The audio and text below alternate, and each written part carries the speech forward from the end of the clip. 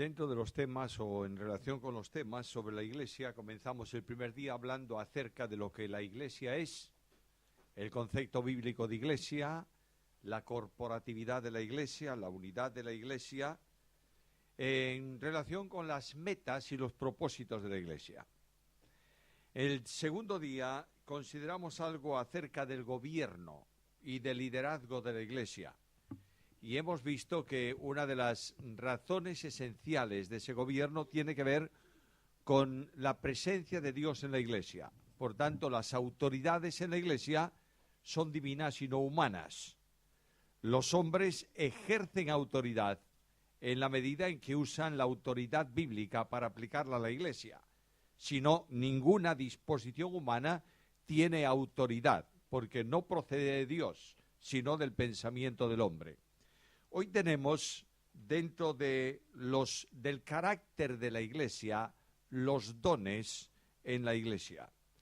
Y si el primer tema era problemático en cierta medida, porque hablar de unidad y de Iglesia en cuanto a entidad única, que no hay muchas, sino hay una sola Iglesia de Cristo en la tierra, que Cristo no vino para edificar iglesias, sino su Iglesia, si eso entraña un conflicto, y el de autoridad todavía entraña un conflicto mayor. Cuando hablamos de dones estamos en el conflicto máximo dentro del mundo evangélico. Los problemas que hay con los dones son enormes, porque consideramos las cosas desde nuestra óptica, no desde el pensamiento de Dios y de la razón que Dios tiene para dar dones a la Iglesia. Hay un pasaje que es clave en este asunto de los dones y está en carta primera a los Corintios, capítulo 12, versículos 4 al 6. Leo la palabra del Señor. Primera carta a Corintios, capítulo 12, versículo 4. Ahora bien, hay diversidad de dones, pero el Espíritu es el mismo. Y hay diversidad de ministerios, pero el Señor es el mismo. Y hay diversidad de operaciones, pero Dios que hace todas las cosas en todos es el mismo. Pero a cada uno le es dada la manifestación del Espíritu para provecho, porque a este es dada por el Espíritu palabra de sabiduría, a otro palabra de ciencia según el mismo Espíritu, a otro fe por el mismo Espíritu, a otro dones de sanidades por el mismo Espíritu, a otros el hacer milagros, a otros profecías, a otro discernimiento de espíritus, a otros diversos géneros de lenguas y a otro interpretación de lenguas. Pero todas estas cosas las hace uno y el mismo Espíritu, repartiendo a cada uno en particular como Él quiere. Por tanto, cuando abrimos este pasaje, notaréis que la Trinidad Santísima está presente en él. Que no hay nada en relación con la Iglesia que no tenga aspecto trinitario o base trinitaria. Que si la Iglesia es el programa actual del pensamiento eterno de Dios, la Trinidad Santísima está en ese programa y en ese pensamiento. El Padre establece el modo de redimir, el Hijo ejecuta la redención, el Espíritu Santo aplica la redención. Por tanto, la salvación es de Dios. Jonás 2.9, Salmo 3.8, la salvación es de Jehová. No es que el hombre haga una parte en la salvación y Dios haga otra. Es que toda la salvación es de Dios. Procede de Él, es ejecutada por Él, es aplicada por Él. Si la salvación del hombre sin el llamado del Padre es estéril. La cruz queda sin razón y sin sentido. Quien llama salvación siempre es el Padre. De manera que Pablo en la carta a los Romanos, carta de Evangelio especialmente, dice que es el Padre el que llama. E indudablemente Jesucristo lo dijo de esta manera: todo lo que el Padre me da, vendrá a mí, y al que a mí viene, no lo echo fuera. Algunas veces tenemos cierta duda sobre quién es realmente el que llama, porque en Mateo capítulo 11, versículo 28, leo estas palabras: venid a mí todos los que estáis trabajados y cargados, y yo, ¿quién llama, el Hijo o el Padre? Ahí tenemos el conflicto. Oigo al Padre por un lado, el Hijo por el otro. ¿En qué quedamos? ¿Quién llama, el Hijo o el Padre? Bueno, en ese caso ahí está llamando el Hijo, ¿o no? Ya, pero es que el Hijo dice que yo no digo nada de mí mismo, sino que todo cuanto digo lo he oído del Padre, por tanto es el Padre el que llama. Si el Padre no llama, nadie va a Cristo. Quiero que lo tengamos claro. En el mundo humanista de hoy se enseña que el hombre es el que busca a Dios hasta que lo encuentra. No es verdad. El primer hombre que pecó fue Adán. ¿Y qué fue lo que hizo Adán? Se escondió. ¿Quién lo buscó? Dios. Isaías 53, que dice que todos nosotros nos descarriamos, cada cual se apartó, no se acercó por su camino. Luego, el camino único para ir a Dios es Dios mismo, en Cristo Jesús. Y la Biblia enseña en Romanos 3:10, todos nosotros no hay justo, ni a uno, no hay quien entienda, no hay quien, porque nosotros no buscamos a Dios, es Dios que viene a buscarnos a nosotros. Y en Lucas 19:10 leemos aquel versículo, el Hijo del Hombre vino para buscar, salvar lo que se había perdido. ¿Excluye esto la responsabilidad del hombre? No, en ningún modo. Nadie podrá decir a Dios, tú no has hecho bastante para salvarme. Los hombres se pierden por convicción propia, por deseo propio, por rebeldía propia. Pero el Padre llama, sin el llamado del Padre no hay salvación. El Hijo salva, aplicando al que cree la obra redentora y colocándolo en él para que la vida eterna de Dios venga a ser la experiencia vital de cada creyente. Nosotros los creyentes no vivimos una vida pasajera, transitoria, vivimos la vida eterna. Por tanto, Dios interviene, segunda persona salva, la tercera persona regenera. Y la regeneración del Espíritu Santo no es simplemente reparar el corazón. No tiene reparación el corazón del hombre. La Biblia dice que es malo. Y la Biblia dice que es continuamente, no al mal, sino el mal. Por tanto, ese corazón no tiene arreglo. Lo que Dios hace es ponerlo a un lado y colocar en su lugar un corazón nuevo. De manera que la Santísima Trinidad actúa en salvación o no. Claro, naturalmente. Cada persona divina responsabilizándose, ejecutando de la parte del programa que ha asumido antes de la creación del mundo. En la Iglesia ocurre lo mismo. La Iglesia es un cuerpo de fundación divina. Y los fundadores de la Iglesia son tres.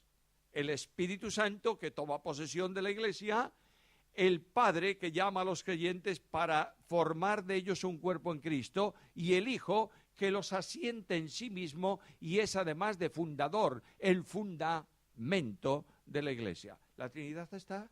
Por supuesto. Luego, todo cuanto tiene que ver con vida cristiana, en el tiempo presente, la santificación, que es la experiencia de la salvación en el transcurso del tiempo, está regulada, potenciada, orientada y dirigida por la Santísima Trinidad. La santificación del creyente no es por deseo del creyente, sino porque, como decía ayer, Dios es el que produce en vosotros el querer como el hacer por su buena voluntad. La santificación del creyente, la vida victoriosa, no tiene que ver con cosas que el creyente hace, sino con vivir a Cristo. Con Cristo estoy juntamente crucificado, ya no vivo yo, mas vive Cristo en mí. Y Jesús dice, si el Hijo os libertare, seréis verdaderamente libres. Y la santificación del creyente no es posible sin la acción del Espíritu Santo. De ahí que la Biblia diga, andad, Gálatas 5:16, andad en el Espíritu, y no satisfagáis los deseos o las obras de la carne. Esa traducción satisfagáis, es ese condicional ahí, es un subjuntivo, es un problema en la traducción del texto griego, porque lo que dice exactamente el texto es esto. Si andáis mientras, cada vez que, siempre que andéis en el Espíritu, no satisfaréis las obras de la carne. Luego, en el momento en que no andas en el Espíritu, satisfaces las obras de la carne. ¿Lo entendemos bien? Quiero deciros que el Dios de la Biblia actúa permanentemente para el desarrollo de un programa que solo es posible por Él. El Padre ha predestinado a los creyentes que formamos la Iglesia para que seamos hechos conformes a la imagen de su Hijo. Romanos 8:29. El Hijo de Dios en nosotros trazó un camino ejemplar para que nosotros sigamos sus pisadas. Las pisadas de Cristo son pisadas de Dios con pies de hombre. ¿Me entendisteis eso o no? Bueno, quiero deciros que si el Dios eterno, admirable, infinito, glorioso, omnipotente, omnipresente, etcétera, etcétera, etcétera, etcétera, marcase huellas de Dios, yo no podía seguirlas. ¿Por qué? Porque Él es Dios y yo soy hombre. Nunca llegaría a esa dimensión. Pero Dios viene al encuentro del hombre, haciéndose hombre, para dialogar con el hombre y darnos o hablarnos palabras de Dios con garganta de hombre. Y para darnos un abrazo de Dios con brazos de hombre. Y para marcar huellas de camino, camino de Dios con pies de hombre, para que vosotros sigáis sus pisadas. Ahora, este Dios admirable que funciona trinitariamente en todo lugar, en toda ocasión, en relación con la Iglesia, lo hace también cuando otorga los dones. Y notaréis que, en primer lugar, aparece la persona del Espíritu Santo. Miremos de nuevo el versículo 4. Ahora bien, hay diversidad de dones, pero el Espíritu Santo es el mismo. Los dones a los creyentes no los da otra persona divina, los otorga, los coloca, los da, es la palabra que hay, más que el Espíritu Santo de Dios. Las otras personas van a actuar en relación con los dones, pero el Espíritu Santo los da. Y notaréis que los da porque el creyente es santo, y es bueno, y es piadoso, y es honesto. No, los da porque quiere. Y aquí tenemos un gran conflicto de muchas personas. Hay personas que se dedican a orar no sé cuánto tiempo pidiéndole, Señor, yo quiero tener un don de predicador o un don de apóstol o un don del que administra, un don, yo quiero ese don. Y el Espíritu te dice, te enseña en la Biblia, no pidas por un don para ti, porque Él te va a dar el don que quiere. Entre otras cosas porque todo lo que tiene que ver con funcionalidad de la Iglesia es acto de soberanía. Yo creo que la soberanía de Dios está cuestionada permanentemente y enormemente cuestionada en el ministerio bíblico de la Iglesia de hoy. Todos leísteis a Spurgeon, ¿verdad? Alguien me va a decir, Spurgeon, este es un hombre que era un calvinista de 5 puntos, bueno, o de 17, me da exactamente igual. Lo único que yo sé es que este hombre pasó a la historia como uno de los más grandes predicadores del Evangelio. Y miles de personas fueron salvas por su ministerio, ¿verdad? Es que era, bueno, deja lo que era. Pero lo que él predicaba era la Biblia. Y Spurgeon, cuando hablaba de la obra del Espíritu Santo y de la obra de salvación, hablaba de soberanía. Y él tiene un discurso colosal que comenzó diciendo: el hombre es capaz de permitir que Dios entre en su taller y cree los mundos, y dice, ¿qué Dios tan omnipotente tenemos? O que vaya a la casa de la misericordia y regale dones a los hombres, y decimos, ¿qué Dios tan misericordioso tenemos? Pero cuando Dios se siente en el trono y dice, yo soy el soberano, el hombre rechina los dientes y dice, ¿qué derecho tiene a ser soberano? Quiero decirte algo muy serio, por favor. Si esto es lo único que tú vas a recordar en el futuro, manténlo delante de ti. El Dios a quien amamos, a quien servimos, a quien adoramos, ¿es omnipotente? Sí, es esencialmente soberano. Que hace lo que quiere, cuando quiere, cómo quiere, y nadie puede oponerse a su voluntad. Dios otorgó ciertos dones especiales en el Antiguo Testamento por soberanía. Voy a correr un poco en esto porque no quiero extenderme tanto que me queden los otros 2 puntos colgados. Dios llamó a un profeta que se llama Jeremías. ¿Recordáis la historia? ¿Desde cuándo? Desde antes de nacer. ¿Y por qué Jeremías? y no otro. ¿Por qué quiso? Porque Dios es Dios. Llama a Jeremías y dice, yo te he llamado para darte por profeta a las naciones. Luego no te queda otra opción, Jeremías. Tú vas a ser profeta.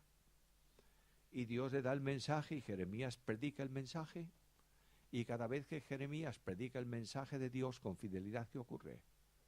Tiene un problema. Lo agarran con una cuerda y lo meten en una cisterna. Es Jeremías. Y un día Jeremías dice, bueno, se terminó. No más. No voy a hablar más en tu nombre. Yo cuando leo esa historia, permitidme, me sonrío un poquito, ¿sabes? Porque me da la impresión de un padre viendo a un niño chiquitín que se revuelve contra él. Y yo veo a Dios diciendo, qué enfadado está Jeremías hoy. Y de pronto el Dios de la Biblia coloca su fuego dentro de Jeremías y Jeremías siente el fuego de Dios y dice, más fuerte has sido tú que yo y me has vencido. Claro, Jeremías, si yo te llamé para ser profeta, no te queda más remedio que ser profeta, porque yo soy el soberano. Soberanía en los dones. Versículo 11. Todas estas cosas las hace uno, el mismo Espíritu, repartiendo a cada uno en particular, ¿cómo? Como Él quiere. Luego, la soberanía de Dios actúa por medio de la tercera persona divina, capacitando personas para que pueda haber ministerio, servicio en la iglesia. Los dones son la base de sustentación del ministerio. No hay ningún ministerio si no está respaldado por un don. No debemos olvidar lo que dije ayer, me parece que fue ayer, que una cosa son oficios y otra cosa son dones. Por tanto, una cosa son oficios y otra cosa son ministerios. El apóstol Pablo, cuando escribe la carta a Timoteo, le dice, cumple tu ministerio, pero le dice algo, haz el trabajo de evangelista. Luego, Timoteo no tenía el don de evangelista, pero en la iglesia donde él estaba, en Éfeso, era necesario atender una parte dentro de la iglesia, atender a ese servicio. No tiene el don, no dice ministerio, dice haz el trabajo, haz la obra de evangelista, pero cumple tu ministerio. Y Pablo recuerda que Timoteo recibió dones que fueron confirmados, puestos de manifiesto, puestos en evidencia por la imposición de manos del presbiterio y también del apóstol Pablo. De manera que lo que el Espíritu Santo hace es algo muy sencillo. Para que pueda funcionar la iglesia tiene que haber dones para esto, para el otro se necesita este ministerio, el otro ministerio, etcétera, etcétera, etcétera. No todos van a hacer ese ministerio, pero yo voy a capacitar con dones para ese ministerio a personas concretas en la iglesia. El don capacita a la persona para el servicio. El poder lo va a recibir de otra provisión, por otro medio. Pero nadie puede llamarse pastor en una iglesia por haber ido al instituto bíblico a estudiar. No, señor. Será un especialista en Biblia. Pero si no tiene el don de pastor que le confiere el Espíritu Santo, no es pastor. ¿Lo entendemos bien o no? Claro está que el pastor tiene que estudiar, por supuesto. Y tiene que capacitarse, no hay duda ninguna. Pero el hábito no hace al monje. Todo lo contrario. De manera que los dones son dados para que la persona sea capaz de, el maestro, enseñar, el pastor, pastorear, el que sirve, el que ministra, el que preside, el que reparte, pueda ser capaz de hacerlo.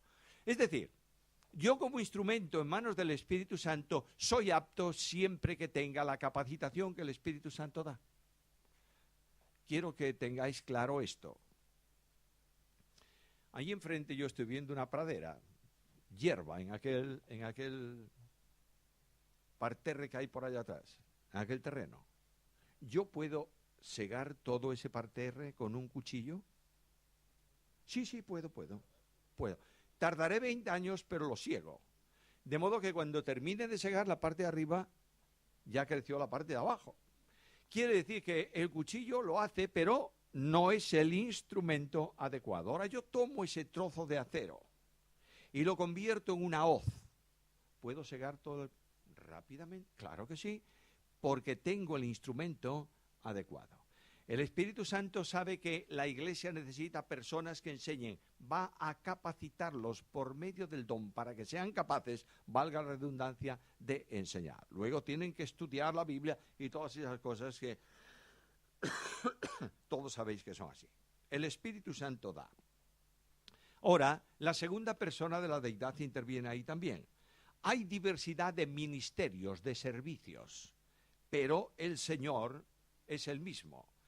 El poder ministerial, la capacidad para ejercer eso, la provisión para conducción, el modo de realizarlo, procede del Señor. El Señor es la cabeza de la Iglesia. Por tanto, el Señor dispone cómo, cuándo, de qué manera los dones van a funcionar y qué orientación van a tener. Y la tercera persona de la deidad está ahí. Hay diversidad de operaciones, pero Dios, el Padre, hace todas las cosas en todos y es el mismo. Por tanto, las tres personas divinas están actuando en la disponibilidad de los dones, en la dotación de los dones y en el funcionamiento de los dones. La bendición que trae el don aparejado en un ministerio eficaz bajo el señorío de Cristo es una obra del Padre. Porque en Santiago 1:17 leemos que todo don perfecto y toda buena dádiva procede del Padre. Luego, las bendiciones para el ministerio, el poder divino para el ministerio, tiene una fuente original que es la del Padre. No hay duda que para que las bendiciones del Padre, las bendiciones que salen de Dios, sean eficaces en la vida del cristiano, tienen que pasar por medio de Cristo. Me estáis viendo con una cara de sorpresa, como si estuviera diciendo algo que nunca oíste, pero es verdad. Es decir, las bendiciones según salen de Dios no son asimilables al hombre, a no ser que pasen por el mediador que es el hombre y las transforme en elementos asimilables al hombre. ¿Lo entendisteis? No, padre. Sigo. Voy a repetirlo. Y voy a poner un ejemplito. ¿Las gallinas comen maíz o no? Sí. Entonces yo voy al comercio, me compro un bote, un cartucho de maíz, durísimo, grano bien duro, lo tiro al suelo. ¿Qué hace la gallina? Viene y se comió todos los granos. ¿Has intentado hacerlo tú? Si tú te comes una cucharada, un puñado de maíz, primero te va a ser difícil tragarlo, pero cuando te caiga en el estómago, vaya, vas a tener un problemón impresionante. ¿Por qué? Porque tú eres distinto a la gallina, ¿o no? Claro. Luego, para que ese maíz pueda ser asimilable, tendrás que molerlo, o cocerlo, o panificarlo, o no sé qué. Pero tienes que hacer adaptable al hombre lo que no es adaptable. Dios abre su mano de bendición y extiende bendición, pero el canal para recibirlo es Cristo, que la hace asimilable a los hombres. Y claro, pero no es que Cristo esté haciendo asimilable tu bendición y la del otro posicionalmente, sino potencialmente, porque tú estás en Cristo. Y estando en Cristo estás en el único mediador que hay entre Dios y los hombres. De ahí que Pablo no habla de poder sino vinculado con Cristo. ¿Qué dice Pablo? Todo lo puedo ¿en quién? En Cristo, que me fortalece. Cuando Cristo no está en el núcleo de la iglesia, ya puedes hacer lo que tú quieras, que no hay poder de parte de Dios. ¿Me entiendes esto? Ahora, la obra del Hijo tiene que ver con el señorío. ¿Él es la cabeza o no? Por tanto, Él sabe y tiene que determinar cómo, en qué manera, en qué instante, de qué forma tiene que funcionar ese ministerio. ¿Entiendes? A veces lo que la iglesia necesita es un énfasis especial en evangelización. Otras veces es un énfasis especial en enseñanza. Otras veces es un énfasis especial en pastorado. ¿Quién conoce esa necesidad? La cabeza del cuerpo, que es Cristo. De manera que el Padre provee de poder para que pueda funcionar, el Hijo determina, se enseñorea, conduce, gobierna los ministerios, y el Espíritu Santo, que conoce la necesidad de la iglesia, da los dones. A veces oigo cosas como esta. Los dones están muy mal repartidos en esta ciudad. Porque hay una iglesia que tiene 3 maestros y hay otra iglesia que no tiene ninguno. Quiere decir que en la primera sobran 2. ¿Y pueden atender a la otra o no? Lo que ocurre es que la Biblia enseña lo que yo mencioné el otro día, que la iglesia local es la iglesia en la ciudad. Y que Pablo dice que les dejó para que nombrase, para que constituyese ancianos, no por las iglesias, sino por las ciudades. Porque el Dios de la Biblia da dones a su iglesia. Los que no queremos usarlo somos las iglesias locales. ¿Me estáis siguiendo? Yo levanto una barrera y digo, aquí no enseña nadie más que bautistas puros. Otro dice, aquí no enseña nadie más que hermanos libres. Dios nos libre de ser hermanos que no sean libres.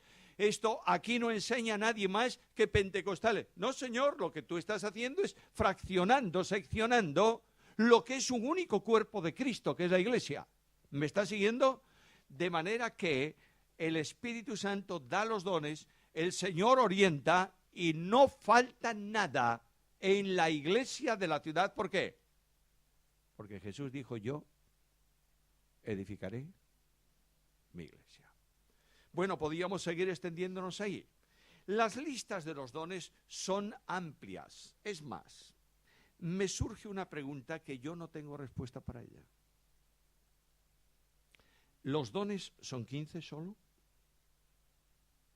¿No hay más dones que 15? ¿Qué dice? ¿Cómo dices 15? A ver, ¿dónde están? Bueno, tú agarras la lista de Romanos 12, la sitúas al lado de 1 Corintios 12 y la pegas al lado, las dos, al lado de Efesios capítulo 4. Y ahora los dones que se repiten, lo tachas en la lista que se repite y cuentas los que no se repiten. Tendrás 15. Pero ¿son esos los únicos dones? ¿Quiere decir que son listas cerradas, que no hay más dones? Bueno, yo no tengo un texto bíblico que me diga, hay más dones que los dará Dios en el tiempo. No lo tengo. Pero lo que sí tengo claro es que si los dones son cerrados, no hay razón ninguna para que Pablo no utilice los mismos dones en la lista de Romanos y en la lista de Corintios. Pero parece ser que el Espíritu está conduciendo a Pablo a hablar de dones que son problemáticos en Corinto y a hablar de dones que son problemáticos en Roma. En Corinto había un problema muy grave con dones manifestantes. Todos querían hablar en lenguas. No ocurría eso en Roma. Pero en Roma hay algún problema con la organización interna y el querer ser más que los demás, y Pablo utiliza dones de ese sentido. Ahora, cuando Pablo escribe la gran dimensión de la iglesia conforme al propósito de Dios, Efesios, carta a los Efesios, en el capítulo 4 el apóstol Pablo habla de 3 tipos de dones. Los dones fundantes, los dones consolidantes y los dones manifestantes. Los dones fundantes, ¿cuáles son? Dios ha dado ciertamente a unos apóstoles y profetas. Luego los dones fundantes son esos 2, en el sentido primario del don. ¿Por qué? Porque los profetas van a expresar por escrito revelación no conocida antes en el Nuevo Testamento, que antes no estaba. El misterio del cuerpo en Cristo no está en el Antiguo Testamento. La salvación está, por supuesto, el pueblo está naturalmente, el reino está también, pero hay un misterio que es el misterio que hoy asombra, que es la unidad de creyentes distintos, de distintos pueblos, de distinto orden, en Cristo Jesús. Perdonadme que haga un paréntesis aquí. Creo que el primer día lo dije. Hay un problema en torno a las iglesias evangélicas que se llama judaísmo mesiánico. ¿Sabéis de qué hablo? De personas que están entusiasmadas, empeñadas en vincularse con Israel como el único pueblo de Dios. Y te dirán que el pueblo de Dios es Israel. Que la iglesia simplemente es una rama podrida que se fue metida en el hueco que Israel dejó para que surja este programa, pero que el pueblo de Dios es Israel y será un día restaurado, todo Israel será salvo. Y esto, señores queridos, no está así en ningún lado de la Biblia. Y estos dicen que los gentiles van a tener no sé qué participación, pero que la relación definitiva de esposo-esposa es Jehová e Israel. Entonces habrá 2 maridos y 2 mujeres.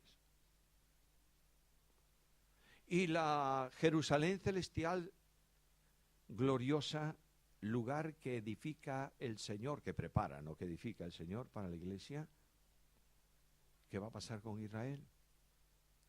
Queridos míos, la Biblia dice claramente que la esperanza de los salvos es la misma en todas las dispensaciones.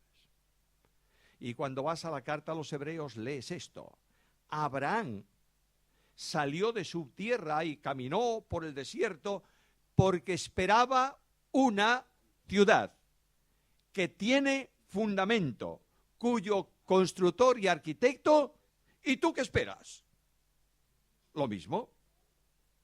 De manera que la vinculación de esos pueblos queda resuelta en la historia operativa de la cruz, en donde Pablo dice que de los 2 pueblos hizo un hombre, que este es el gran secreto.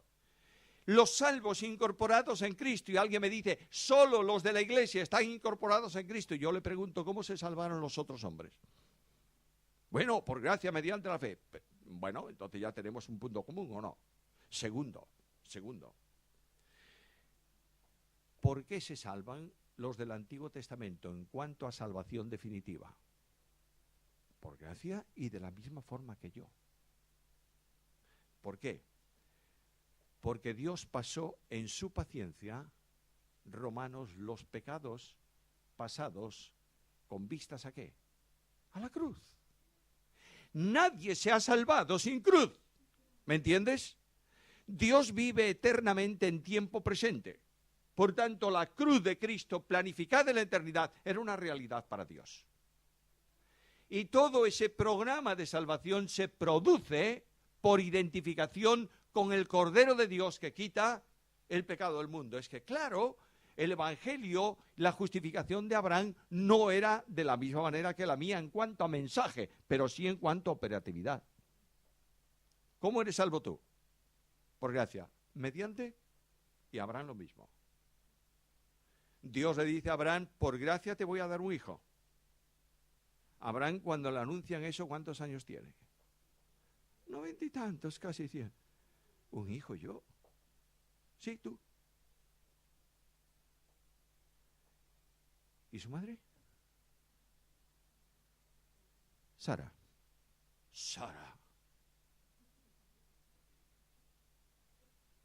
Casi tan vieja como yo. Y además estéril. Abraham, ¿crees o no crees? Creo. Justificado. ¿El mensaje era distinto? Sí, pero la razón de la fe es la misma. La fe se ejercita y descansa en el Salvador, que otorga por gracia las promesas. ¿Me sigues? Por tanto, yo quiero que reflexionéis y reestudiéis dentro de la hermenéutica dispensacional que yo acepto y practico 2 cosas importantes: relación Israel-Iglesia. Segunda, asunto del reino. Cuando tú despejas esas incógnitas, tienes resuelto el problema de división entre el Antiguo y el Nuevo Testamento. Bueno, yo os dejé un gusanillo para este año, ¿verdad? Bien. Hemos hablado de los dones en general. Hablemos de los dones particularmente. Dones fundantes, decía que son 2, según Efesios: profetas y apóstoles. Los apóstoles, estoy hablando del conjunto de apóstoles de los 12 y de Pablo. Algunos enseñan hoy que hay apóstoles. y que la iglesia necesita 12 apóstoles. Bueno, no sé por qué 12, puede haber más, porque 12 van a ser poquitos para todo el mundo. Pero apóstoles, no hay más apóstoles escogidos por Cristo, seleccionados por Cristo, puestos por Cristo, que los 12, incluido Matías y Pablo. Terminó. Es a ellos a los que Dios revela, a quienes concede directamente su autoridad, no solo para establecer la normativa de la iglesia, sino para establecer la base de fe fundamental de la iglesia.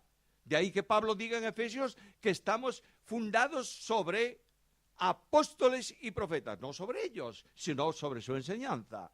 Ellos han tomado el pensamiento de Jesús y lo han desarrollado. Quiero decirte que toda la doctrina del Nuevo Testamento, no hay ni una sola cosa que Jesús no haya enseñado y dicho. De toda la doctrina. La doctrina del amor, Cristo dijo que os améis unos a otros como yo, ¿lo dijo o no? Bien, que es el capítulo 13 de 1 Corintios, ¿qué es? El desarrollo de eso. De manera que no hay nada, y la profecía, bueno, profecía no, es una revelación nueva, fíjate tú, una revelación novísima que antes no se había dado, que nunca nadie en la antigua dispensación antes de la muerte de Cristo tuvo. Párate un poquito. Cuando tú subes al monte de la transfiguración, ¿qué es lo que hay allí? Un anticipo del reino de Dios viniendo con poder. Y este anticipo del reino de Dios viniendo con poder lo ven aquellos hombres. Por eso Pedro en su epístola dice que la profecía no es como de fábulas artificiosas, sino como habiendo visto con nuestros propios ojos, ¿qué? Su majestad. Por tanto, la profecía del Nuevo Testamento cambia.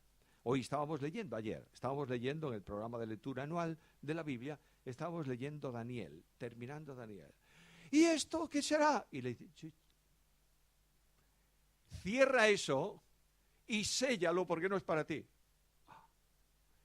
Pero no hay nada en la Biblia, en revelación profética hoy, que no sea para mí. Y toda esa panorámica ha sido revelada anticipadamente por Dios en el monte de la transfiguración. Apóstoles. Hoy se enseña por ahí que hay apóstoles y algunos se llaman apóstol. Bueno, Timoteo, Epafrodito, también se le llama apóstol. ¿En qué sentido? Apóstol significa enviado. Ahora, si tú dices, mira, mañana te voy a mandar a mi apóstol para que recoja un paquete en tu casa. El que te dice, ¿qué dice este? ¿Está utilizando bien la palabra? Sí. Enviado, te voy a enviar a alguien de mi casa para que recoja, pero nunca vas a usarla, ¿verdad? No la uses tampoco en la iglesia cuando el Nuevo Testamento no te autoriza para eso. Y te confunde, y confundes a la gente. Segunda cuestión, profetas. Los profetas han recibido revelación especial de Dios para escribir muchas cosas del Nuevo Testamento, ¿verdad? Hay 3 niveles en el don de profecía. El primer nivel, revelación directa de parte de Dios para escribir algunas partes del Nuevo Testamento. Terminada la escritura del Nuevo Testamento, Apocalipsis dice, nadie puede añadir nada a lo que está escrito. Por tanto, el ministerio de profecía al primer nivel ha terminado. Segundo nivel, la profecía que tiene que ver con aplicación de la Biblia, de la palabra de Dios, para para aliento, exhortación y consolación, 1 Corintios 14. ¿Ese nivel profético está? Sí. ¿Operativo? Por supuesto que sí. Yo me levanto el domingo por la mañana, ahora mismo estoy tomando la palabra de Dios y estoy exponiéndola. Alguien dice, bueno, como pastor, como maestro y también como profeta. Porque el mensaje profético es, alentaos, pueblo mío. Eso forma parte del mensaje profético. Y la iglesia necesita hoy mucho más aliento que reprensión. Quiero decirte que los líderes de la iglesia han confundido autoridad con reprensión. Y se han equivocado. La autoridad procede de la Biblia, la reprensión de parte del Señor, pero el hombre espiritual se dedica a un ministerio de restauración del que ha caído. ¿Lo entiendes bien o no? Algunas veces pensamos que Cristo, el Cristo de la Biblia, está ojo a visor a ver qué persona ha tropezado para darle el palo. No, señor. Si tú eres espiritual y tu hermano ha cometido una falta, restáuralo en el nombre del Señor. ¿Lo hacemos? Profético. Luego el tercer nivel es la profecía como la de Agabo. Dame el cinturón, Pablo. Se lo ata a la cintura y dice, al hombre de quien es este cinturón será atado y lo llevarán. ¿Cuándo yo sé que eso es profecía? ¿Cuándo se cumple? Ahora, si tú dices en la iglesia, este nivel está operativo hoy, tendrás 200 miembros, 200 profetas. Pues no. Dios revela cosas específicas de vez en cuando que te pueden venir bien a ti. Mira, yo siento de parte del Señor que la decisión que vas a tomar en tu negocio no es correcta. Acéptalo como un dicho de tu hermano y piensa que tal vez Dios por su Espíritu ha revelado algo a él. ¿Entiendes? Pero no con la autoridad del Señor declara. Calladito. Porque esa historia de declaraciones son una barbaridad absoluta. Yo estoy harto de oír a gente declarar cosas. Yo declaro en el nombre del Señor que fulano de tal va a sanarse. Pero ¿quién eres tú para declarar lo que no está bajo tus manos? Tú puedes declarar que Dios es Dios. Amén. Y puedes declarar que Dios es tu Señor. Amén. Y puedes declarar que Dios es fiel. Amén. Pero declara lo que está bajo tu control y nunca lo que no está. Profecías. Segundo don fundante. Tercero, los dones consolidantes. Ya tenemos el Nuevo Testamento escrito, ya tenemos la revelación manifestada y vienen los dones fundantes, que son, consolidantes, que son evangelistas, pastores y maestros. Los evangelistas son aquellos que tienen un don específico para lidiar con los recién convertidos y llevarlos a la doctrina bíblica fundamental. Yo pensé que el don de evangelista era para predicar el evangelio. No. Eso lo tenemos, la obligación todos, ¿o no? Y nosotros, es que yo soy incapaz de decir una sola palabra. No hace falta, no prediques el evangelio con palabras, predícalo con la vida, es mucho más importante. Pero este don de evangelista era, en tiempos de Pablo era complicado, porque se convertía un pagano que había adorado a Júpiter toda su vida. Y de pronto venía a decirte, bueno, es que a mí me dijeron que Júpiter tal, y tú ya llegas a un momento de estar harto de este tipo, y lo que tú no quieres es ni hablar con él, pero tienes que insistir para comunicarle palabra del Señor y llevarlo a la verdad bíblica fundamental. Esta actividad evangelística hoy en día es un problema en muchas iglesias. Técnicamente hoy, o generalmente, no, técnicamente, se llama discipulado. ¿Discipulado qué es? Bueno, cumplir la regla de Cristo. Id a las naciones y haced. No estamos haciendo evangélicos. Estamos haciendo discípulos. Y para eso, ¿qué tiene? Cristo me dice lo que tengo que hacer para hacer un discípulo. Enseñándole que guarden todo lo que os he mandado. En cuanto una persona se convierte en una iglesia, tiene que tener un discipulador ya a su lado. Para decirle, mira, ¿en qué sitio nos reunimos esta semana para comenzar a estudiar la palabra de Dios? Es que yo me queda muy lejos la iglesia. En la cafetería Los Tres Pinos, pues allí, nos vamos para allá. Y abrimos el manual de discipulado y vamos avanzando. ¿Tú tienes la seguridad de salvación? Segundo, ¿tú sabes lo que Dios pide para la vida cristiana? Tercero, ¿cuál es el poder? Tenemos que edificar a la gente. No decir en el boletín, el domingo 2 convertidos. ¿Y dónde están? No volvieron más. Los evangelistas hacían esto. Hay que tener cierto carácter. Un carácter evangelístico 100%, ¿sabéis cuál es? Menciono un nombre del Nuevo Testamento, Tito. Mientras que Timoteo es el hombre un tanto temeroso, Tito es el tanque Sherman de Pablo. Esto cuando Pablo le dice, te voy a dejar en Creta para que pongas en orden las cosas que están mal. Mira que son malas bestias. Ya, yo voy y Tito iba. Evangelistas, dones consolidantes. Tercero, pastores. El pastor es la persona que tiene el corazón de Jesús latiendo en su corazón. El pastor es el hombre que llora orando por las ovejas. El pastor es el que tiene una palabra, un bocado especial para aquella oveja porque tiene un problema y necesita una comida especial. El pastor es el que lleva al rebaño a pastos delicados. El pastor es el que prepara lugar para aguas tranquilas donde la oveja pueda beber. El pastor es el que busca la perni quebrada y la pone sobre sus hombros. El pastor es el que no puede vivir si no tiene feliz a sus ovejas. Las conoce una por una. El pastor no es un rango académico, es un don del Espíritu. No todos en la iglesia son pastores. No todos los que se llaman pastores son pastores. Es pastor el que el Espíritu Santo ha capacitado con ese don por su gracia para pastorear al rebaño. Y luego viene el otro don, pastores y maestros. Bueno, ¿qué es el maestro? Bueno, el maestro es el que sabe mucho de Biblia. El maestro es el que es capaz de comunicar la Biblia al pueblo de Dios. Yo conozco enormes conocedores de Biblia.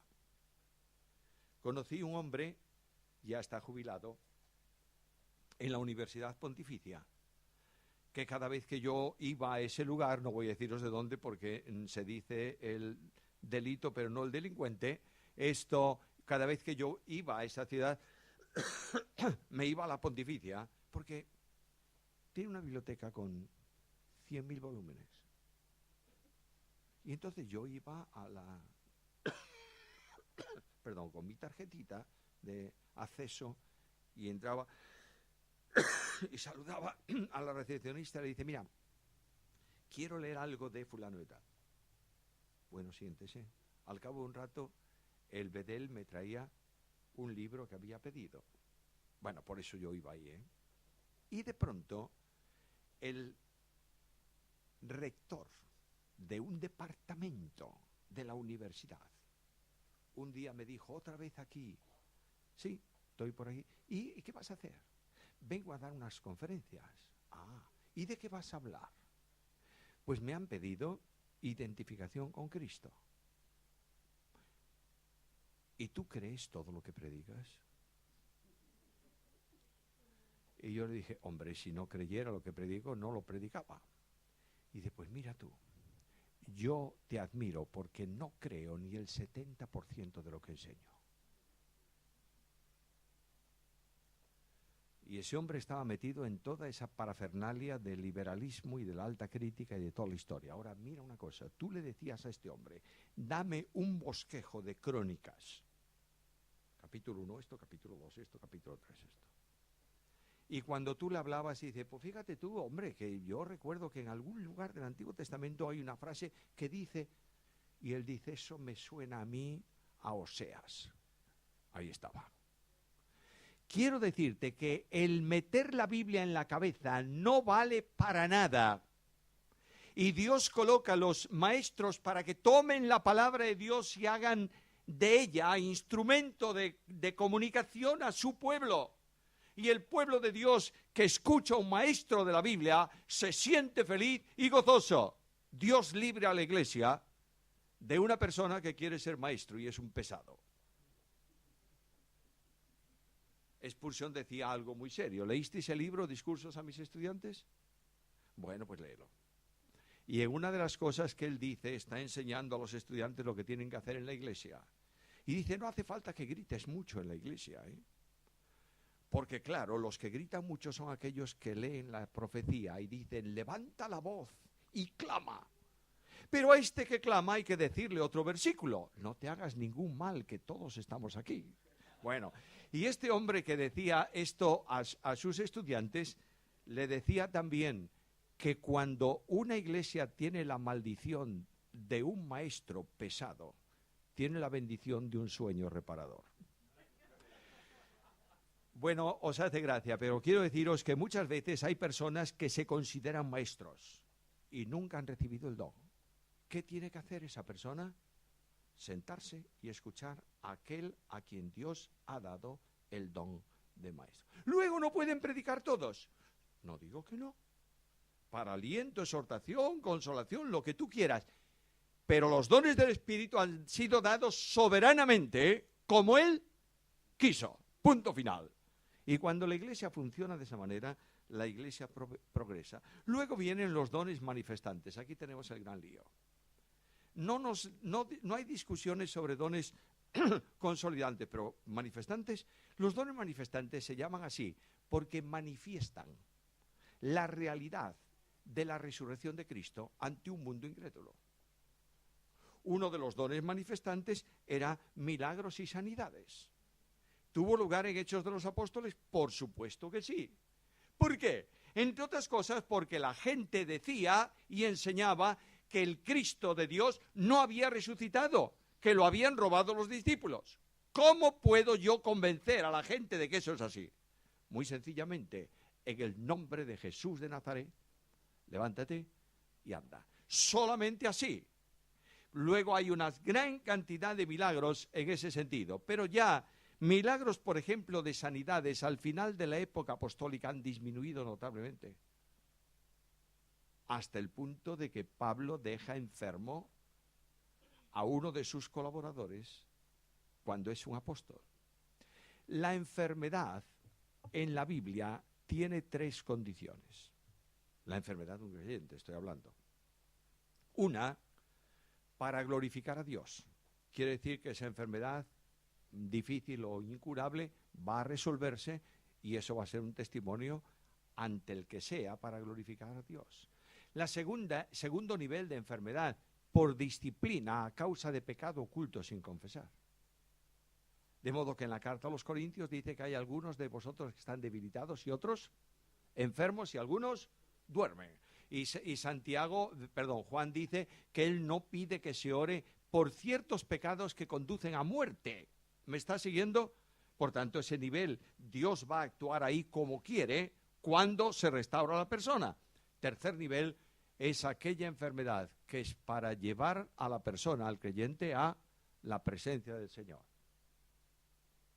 Y no hay solución para eso porque Dios ha determinado otra cosa. Ahora, luego hay sanidades, hay lenguas. Y aquí tenemos otro problema serio. El problema es muy sencillo de resolver, pero muy difícil de que se acepte. Cuando tú lees el término lenguas, está siempre vinculado en todo el Nuevo Testamento con el verbo decir, hablar, la leo o el idioma. Por tanto, todas las veces que se habla de lenguas, se habla de idiomas. Y la prueba más evidente que el Espíritu Santo quiere que entendamos eso con claridad es que en Hechos dice que le oían hablar en distintas lenguas. ¿Quiénes? Partos, medos, elamitas, los de Mesopotamia, etcétera, etcétera, etcétera. Luego está hablando de idiomas. Y cuando dice que la persona que habla en idioma desconocido para la iglesia sea traducido para que pueda ejercer ese don en la iglesia, quiere decir que son idiomas que pueden ser interpretados. Alguien me va a decir esta tarde, sí, pero hay por ahí lenguas angélicas.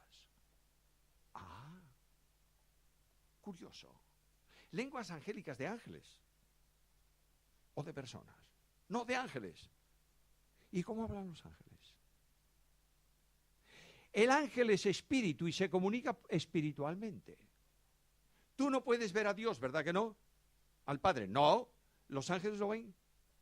Sí, dice que los niños, los ángeles que cuidan a los niños ven el rostro de mi Padre que está en los cielos.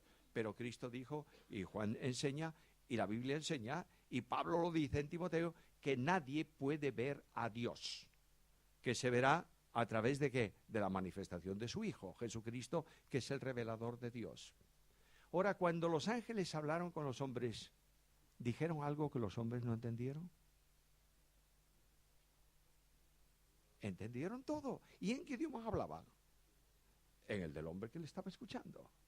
Cuando Manoa, el padre de Sansón, pide al Señor que envíe al mensajero y viene el ángel se puso a hablar y Manoa dijo, tengo que buscar un traductor. No, habló con él tranquilamente. Ahora, esas lenguas angélicas es una hipérbole lingüística que dice, si yo fuese capaz de hablar los idiomas con la perfección con que los hubiera hablado un ángel, esto es lo que está enseñando el apóstol Pablo ahí. Y es que el Espíritu habla con estos gemidos indecibles. Para un momento. Lo que está diciendo es que el Espíritu Santo toma tu oración hecha incorrectamente y la traslada correctamente a la presencia de Dios. Para que Dios responda a tu oración conforme a su propósito y a su voluntad. Otra cuestión que quiero dejar con vosotros. ¿Las lenguas son un don o no? No lo dudes. Está entre los dones. Y Pablo dice, ¿hablan todos lenguas? Pero hay una manía extraña de decir que toda persona que tiene el Espíritu Santo y ha recibido el Espíritu Santo tiene que hablar en lenguas. No es verdad. Esto no es bíblico. En modo alguno. El Espíritu Santo no viene al creyente en una segunda manifestación. Si no tienes el Espíritu Santo, Espíritu de Cristo, no eres salvo. ¿Está claro o no? Por tanto, los dones, manifestantes, la Biblia enseña, y Pablo enseña en la carta a los Corintios, en el capítulo 14, voy a leer ese versículo y pasar a otro punto. Doy gracias a Dios, versículo 18 de 1 Corintios 14. Doy gracias a Dios de que hablo en lenguas más que todos vosotros. Pero en la iglesia prefiero hablar 5 palabras con mi entendimiento para enseñar también a otros que 10.000 palabras en lengua que no conocéis. Además, hay otra cosa. Queridos hermanos en Corinto, los que queréis hablar en lenguas de esta manera, sois niños en el modo de pensar. No habéis salido de vuestro infantilismo. Así que las lenguas son por señal, no a los creyentes, sino a los incrédulos. Y hay un versículo rarísimo, el versículo anterior. En la ley está escrito, está hablando de la ley mosaica del Antiguo Testamento, está escrito, con otros labios y en otras lenguas hablaré a este pueblo y ni aun así me oirán. Cuando Pablo habla de incrédulos, está hablando específicamente o generalmente de judíos, que eran incrédulos por condición personal voluntaria, que habían visto la evidencia de que Jesús era el Mesías y lo despreciaron. Son incrédulos perversos, en el sentido de rechazar absolutamente las evidencias de la Biblia y negar la verdad de Dios. Y dice, las lenguas se dan para que éstos puedan escuchar y ser edificados. Luego las lenguas no es para edificación de la iglesia. Ya tenemos los dones manifestantes. Y finalmente tenemos los dones ministrantes, llamados así porque son dones para servicio. El que preside lo haga con solicitud y el trabajo se haga con fervor. Fervor bajo el control, bajo la conducción del Espíritu. Ahora ya tenemos los dones ahí y quiero volver a la pregunta del principio. ¿Son listas cerradas? ¿O Dios puede dar algún don más hoy que antes no estaba. Puede hacer lo que quiera. Y yo creo, es mi opinión personal, que probablemente hay algún don específico hoy para el ministerio de la Iglesia que no lo había antes. Yo, en nuestra congregación tenemos una hermana que es un genio de sensibilidad en la coordinación de alabanza. Tiene un don especial. Cuando esa persona se pone para conducir la alabanza, ella tuvo este ministerio el domingo pasado y ha sido algo fantástico. No es espectacular, no hay ruidos, no hay nada. Simplemente Dios le ha dado un don especial para ese ministerio. Es un don del Espíritu. Yo creo que en el día de hoy la Iglesia necesita dones como estos. No me atrevo a decir que son nuevos dones, pero quiero decir que el Espíritu sabe lo que la Iglesia necesita hoy. Ahora, yo quisiera hacer un paréntesis aquí. Lo que la Iglesia necesita es Biblia. ¿Lo crees o no lo crees? Yo voy a ponerte un ejemplo para reflexionar y tenemos aquí un arquitecto. Cuando la Iglesia comienza su andadura, la Iglesia se reúne en grupos en las casas. Por ejemplo, en Corinto hay una gran iglesia que se reúne el domingo, toda para partir el pan, en algún lugar sería, pero hay un grupo de esa iglesia que se reúne, una célula, una iglesia local que se reúne en casa de Priscila y Aquila. Hay una iglesia en Colosas, pero hay un grupo que se reúne en la casa de Filemón. Nunca Pablo escribió una carta, una epístola, a la iglesia que se reúne en la casa de Priscila y Aquila. No, escribió a la iglesia en Corinto. Ni nunca hizo eso para Filemón. Sí que le escribió una carta, pero para él, por causa de un esclavo, no de la iglesia. Pero la iglesia de Filemón era Colosas. Ahora, cuando tú ves esto, te das cuenta de que la iglesia se reunía humildemente, esperando oír la voz de Dios, siendo instruida, teniendo comunión, orando, etcétera, etcétera. Pasa el tiempo, siglo III. Ahí viene Constantino, que hace, digamos, oficial la religión cristiana en el imperio. ¿Qué ocurrió? Se llena las iglesias cristianas de gente. Ya no se pueden reunir en cualquier sitio, hay que levantar templos. Y comienzan a edificarse iglesias, y va así edificándose enormes iglesias hasta los tiempos de la Reforma. ¿Qué es lo que hay en el frente de esa iglesia? Un altar. Porque lo importante es el sacrificio. El púlpito en un rincón o en el medio de la iglesia. Viene la Reforma. ¿Qué hace la Reforma? Retira el altar y ¿qué pone? El púlpito. Y viene la Reforma radical. ¿Y qué hace? Instruye a la iglesia en Biblia, los grupos denominacionales.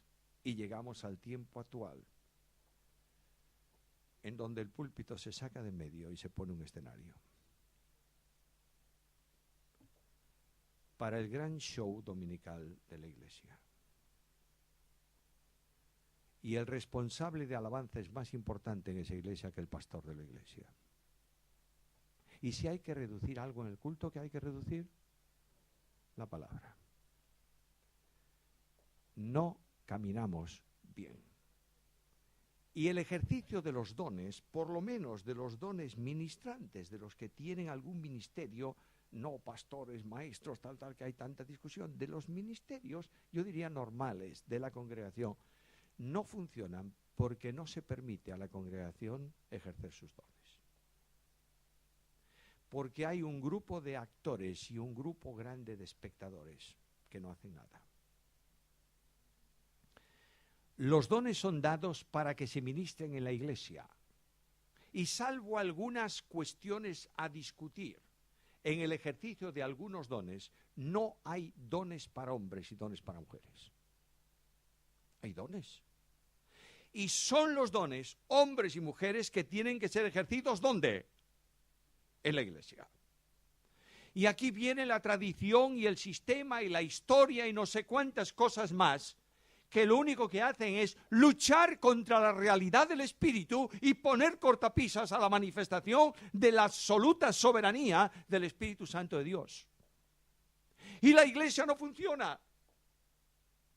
Y hay raquitismo espiritual, porque el cuerpo tiene que funcionar coordinado con todos los miembros que tienen dones, ejerciéndolos para la gloria de Dios. ¿Lo entiendes o no? Dones. ¿Quién los da? ¿Cómo funcionan? Terminemos con la razón de los dones. Carta primera de Pedro, capítulo 4 y versículo 10. Que va, ese ya es un daño personal incurable. No, me ofrecen agua, pero lo que tengo yo es un catarro que hay que sacar el catarro antes de beber agua. Bueno, ya esto me lo pegaron en Galicia, ya lo soltaré allá. El apóstol Pedro dice que conforme al don que cada uno ha recibido, ministrelo. Ahora, ministrar, ministerio, servir. Es un verbo semejante al diaconía, servicio. Hoy cuando hablamos de un ministro de la nación, hablamos de un servidor. No, hablamos de un elemento que manda y ordena y vive a cuenta de los demás, etcétera, etcétera, ¿verdad? Bien, pero esto es la derivación necia de la palabra, pero ministro significa servidor. Lo que está enseñándome el Señor es esto. Tú puedes tener un don o 2 dones o 20 dones. Pueden ser dones que apenas se distinguen porque están funcionando en medio de la congregación, o puede ser un don visible.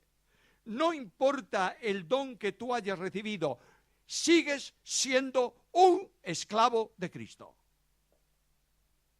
Y cualquier persona que crea que porque tiene un don más espectacular que otro es un líder frente a los líderes, es un necio que no sabe dónde está. Yo soy testigo, no me lo contaron, lo he visto, de 2 hombres peleándose, ¿entendéis lo que quiero decir? No andaban a bofetadas, pero peleándose por quién tenía que cerrar la conferencia. Tú lo hiciste el año pasado, querido mío. Siéntate calladito en el último banco y cuando termine la reunión márchate, porque no eres digno de otra cosa. Yo he visto personas preguntándole al que iba a predicar: doctor, ¿cómo quiere que le presentemos? ¿Es bueno reconocer los títulos? Sí, de la puerta para la calle. Voy a televisión, mira, aquí está el maestro tal, el doctor tal y tal. La gente tiene que saber que en el pueblo evangélico no hay 4 ineptos, hay gente de cierto nivel. Dentro de la iglesia de Jesucristo, líbrete Dios de pretender otra cosa más que ser siervo. Y cuando el apóstol Pablo escribe la carta a Corintios, capítulo 4, primera carta, dice: téngannos los hombres por servidores de Cristo. Hay 3 palabras en griego para hablar de esclavo. La primera palabra es esa palabra que además tiene el nombre de un barco, el doulos, el esclavo, el que... Esa palabra expresa la condición más que el servicio. Luego hay diácono, que habla del servicio más que de la condición. Y finalmente hay una palabra muy extraña, muy rara, que Pablo utiliza ahí, que era esclavo de último nivel condenado de por vida a remar en una galera. Y Pablo dice: no me interesa que la gente diga ha llenado todo con el Evangelio de Cristo, porque no soy yo, es la gracia de Dios conmigo. Y quiero pasar a la historia de esta manera, que todos me recuerden como el esclavo de Jesús. Cuando tú estás en esa disposición puedes ejercer tus dones. Y puedes ver que cuando Dios utiliza personas de este tipo, la iglesia crece. ¿Estamos en un tiempo difícil de crecimiento? ¿De abrir obras nuevas? Bueno, nuestra iglesia en Vigo no es ejemplo para nada, porque es una iglesia, ¿entendéis? Solamente doy un dato. dato histórico de la Iglesia. En los últimos 8 años se han abierto 5 puntos nuevos en Galicia. Uno de ellos constituido como iglesia y funcionando con más de 30 personas en comunión. Porque hay un principio que se ha establecido, introducido dentro de la iglesia: nadie es nadie, solo el Señor. Y el Señor conduce, y el Señor abre puertas. Tuvimos una pareja trabajando como locos en un pueblo cercano a Vigo durante 3 años. 3 años. Ni uno en el pueblo. El marido, el hombre de esos dos, que era un matrimonio, se inscribió en el club de baloncesto, jugaba con la gente en la plaza, era amigo del concejal de cultura, no sé lo que y no sé cuántos. Y después de 3 años, nadie. Nosotros dijimos: Señor, si no tienes en este pueblo, dinos a dónde vamos.